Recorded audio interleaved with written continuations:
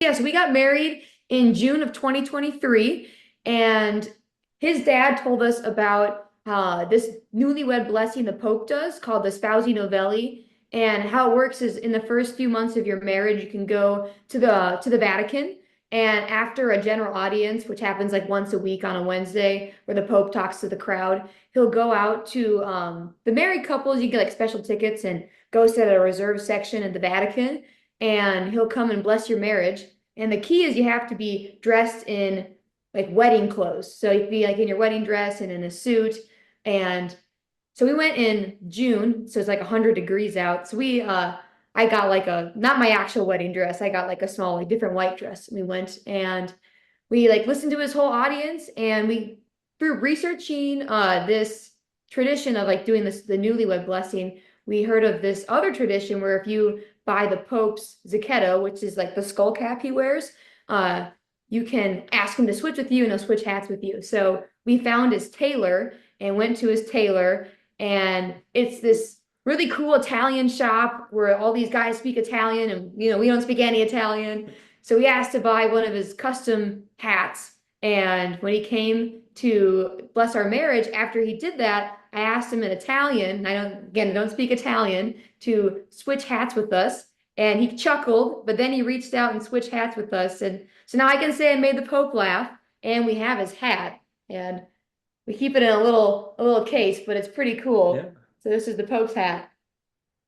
And there's a piece of his hair stuck inside of it because it was really hot that day. So that's kind of our fun fact about us, is that we have the Pope's hat.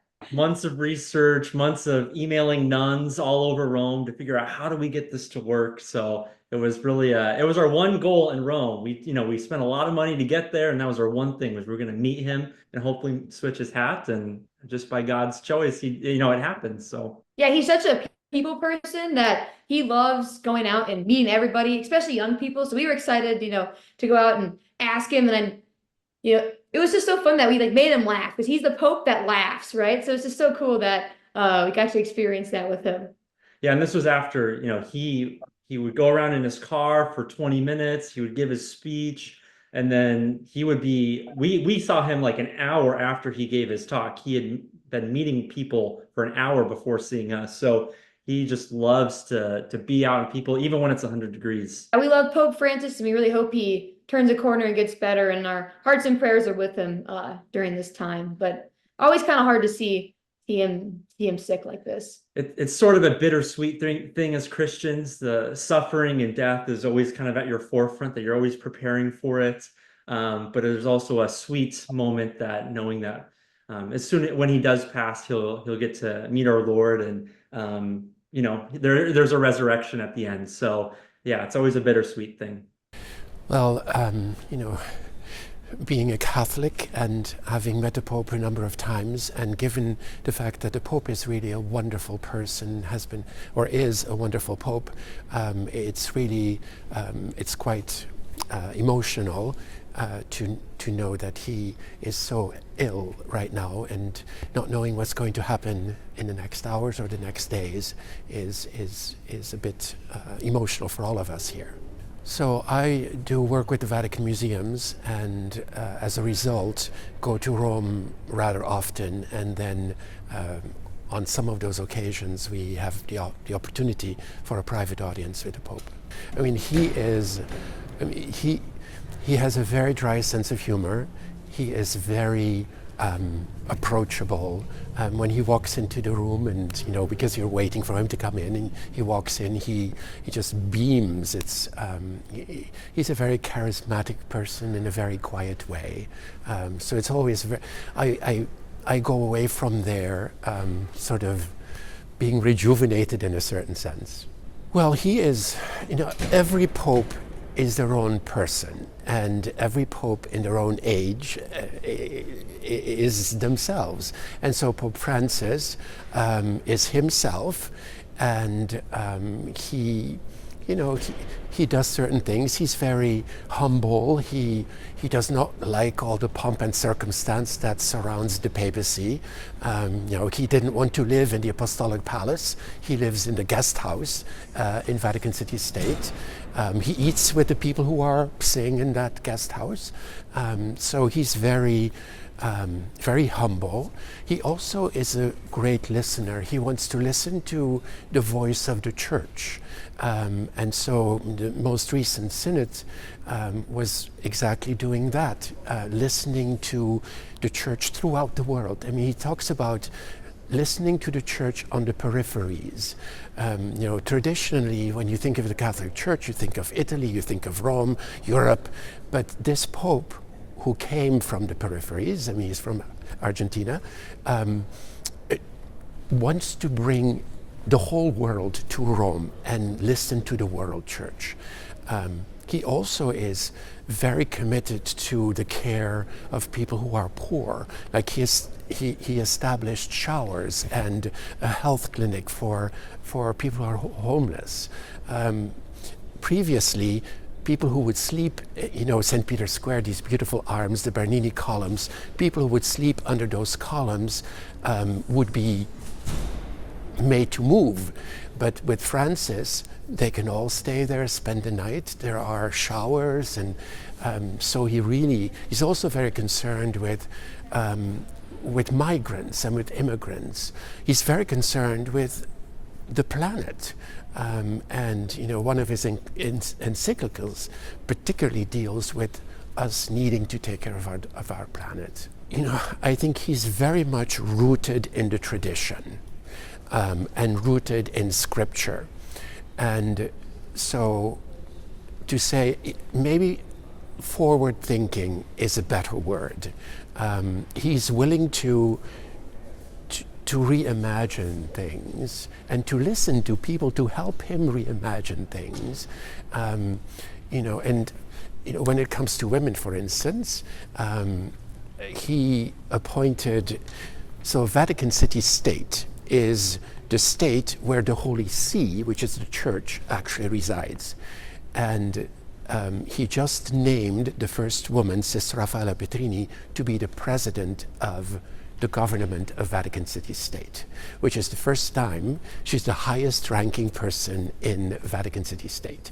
And so, you know, he listens to the times and is willing to make certain changes, staying within the tradition. You know, I think there is this, you know, this undercurrent of everybody is really worried. I mean, we don't know. You know, we know as much as everybody knows, but you know, we are worried. And so this weekend, our pastor offered Mass yesterday and today for the health of the Pope. We have special prayers for the health of the Pope. You know, our online presence has prayers for the health of the Pope. So we are really focused on that at this moment, that the Pope may recover and continue his ministry as the Bishop of Rome and as the Pope. Well, my book, The Vatican Diaries, came out virtually as Pope Francis was being elected. So I was in Rome at the time, although I had stopped covering the Vatican day to day. And I had a chance to be on a network set when the Pope was elected. I happened to know who he was, and I was very much impressed that the College of Cardinals took such a revolutionary step of electing him. And the immediate impression we journalists had was that this was going to be a Pope like no other. He really did break the mold from day one. And I had a chance to meet him early in his pontificate, very briefly, but what struck me was that he was a very human person. He was very approachable. There was none of the regal trappings of the papacy that you may have noticed in previous popes. Even with Pope John Paul II, who was very human type of pope, but when you met him, you didn't know if you should kiss his ring or kneel down or what. You know, it was kind of like, what do I do here? With Pope Francis, there was never that hesitation. you knew that you weren't going to kiss his ring. He wanted a handshake. He came at you with a handshake. And then he would ask you how you were doing. He'd ask you about your family. He might joke about your book like he did with me. I was in Rome, and I was still naturally accredited as a journalist. So what happens when the Pope meets with important people is that the Vatican press corps sends up generally one or two reporters who act as pool. And I happened to be on several of those pools. And afterward, the Pope would take time to come over and talk with us. And once again, this sometimes happened under Pope John Paul II, rarely under Pope Benedict, but with Francis, it was pretty common occurrence. He wanted to know who we were. When he visited the US, and I know you had been following kind of his visit, what were the things that stuck out to you from that visit 10 years ago? When he came to the United States, I think he made it very clear that he wanted a different kind of pastoral leadership from US bishops. And of course, he had been saying this in Rome for a couple of years by the time he got to the United States. But when he came here and said it, he said it loud and clear. And this was a message that some US bishops welcomed, but that some bishops did not welcome. They were brought up under his two predecessors, John Paul II and Pope Benedict, who were, very much insistent on doctrinal orthodoxy.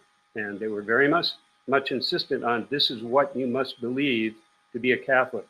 And Pope Francis really flipped that. He said, the church cannot put restrictions on people. The first thing we have to do is open the doors, welcome them in, then have these conversations. And that was his strongest message while he was in this country. There's so much to say about Pope Francis because he changed so many things. As I say, he broke the mold of the papacy, and people are going to be writing about him and remembering him for quite a while. The question is what comes after Pope Francis, whether that's soon or later. There will be a Pope who follows Francis. And the question is, are the cardinals going to turn to somebody that reflects his pastoral objectives, or are they going to step back?